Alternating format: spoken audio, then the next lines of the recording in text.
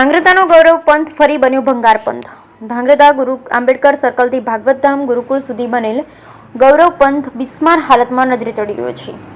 જોકે સોશિયલ મીડિયામાં અનેક ટકોર અને મીડિયા અહેવાલો બાદ જ તંત્ર હરકતમાં આવે છે, પણ નવાઈની વાત એ છે કે તંત્ર દ્વારા રિપેર કરવામાં આવતા ખાડાઓ માત્ર મહિના દિવસમાં ફરી હતી એ જ સ્થિતિ આવી જાય છે, જેના લીધે લોકો હવે નિસહાય નજરે ચડી રહ્યા છે। એક તરફ ધાંગ્રધાના હૃદય સમૂહ અને 24 કલાક ધમધમતા રોડ ઉપર જ શહેરની મોટાભાગના સ્કૂલો, મંદિરો અને સરકારી કચેરીઓ આવેલી છે, ત્યારે સ્થાનિકો અને હાલાકીઓનો સામનો કરી આ રસ્તે અવર જવર કરવા મજબૂર બન્યા।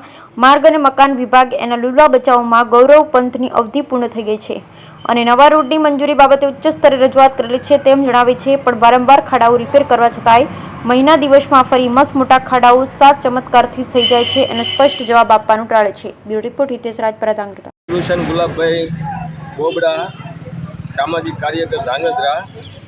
ધાંગધ્રાની સમસ્યામાં આમ જોઈએ તો ડૉક્ટર બાબા સાહેબ આંબેડકર સર્કલથી ગુરુકુળ ભગવતધામ સુધીનો જે ગૌરવપથ રસ્તો આવેલો છે એ ઘણા સમયથી બિસ્માર હાલતમાં છે અને ધાંગધ્રાના લોકોને, બાળકોને, વિદ્યાર્થીઓને એ બાજુ હોસ્પિટલ, સરકારી કચેરીઓ અને સ્કૂલો આવેલી છે। અવારનવાર બાળકો, વૃદ્ધો અકસ્માતનો ભોગ બને છે। એટલા બધા ખાડા થઈ ગયેલા છે કે અવારનવાર લોકોને એનો સામનો કરવો પડે છે અને તંત્રને રજૂઆત કરવામાં આવે તો એને વારંવાર થીગડા મારવાનું કામ કરવા સિવાય બીજું કોઈ કર્યું નથી આજની તારીખ સુધીમાં।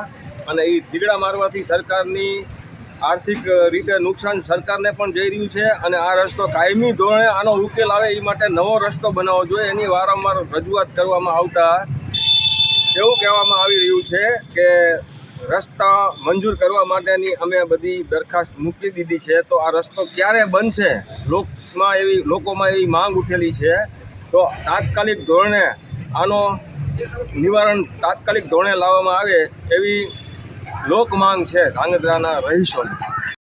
ધાંગધ્રામાં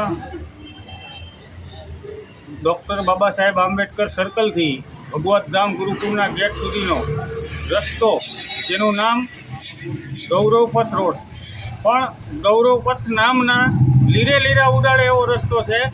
લોકોને આમ જોવા જઈએ તો સીધી રીતે કોઈ યંગ છોકરો હોય ને એ સ્કૂટરની પાછળ બેસીને આંબેડકર સર્કલથી ભગવતધામ ગુરુકુળ સુધી પહોંચતા એને પણ કમરના ભાગમાં તકલીફ પડે એવો રસ્તો ગામના અનેક લોકો, અનેક સામાજિક કાર્યકરોએ અવારનવાર ઘણી રજૂઆત કરી, તેમ છતાંય થીગડા મારીને આ રસ્તાને જેમ તેમ કરીને હલાવે છે અને જો રજૂઆત કરવા જાય તો કે રસ્તો મંજૂર થઈ ગયેલો અને એ થશે, પણ હવે મંજૂર થઈ ગયેલો રસ્તો ક્યારે થશે?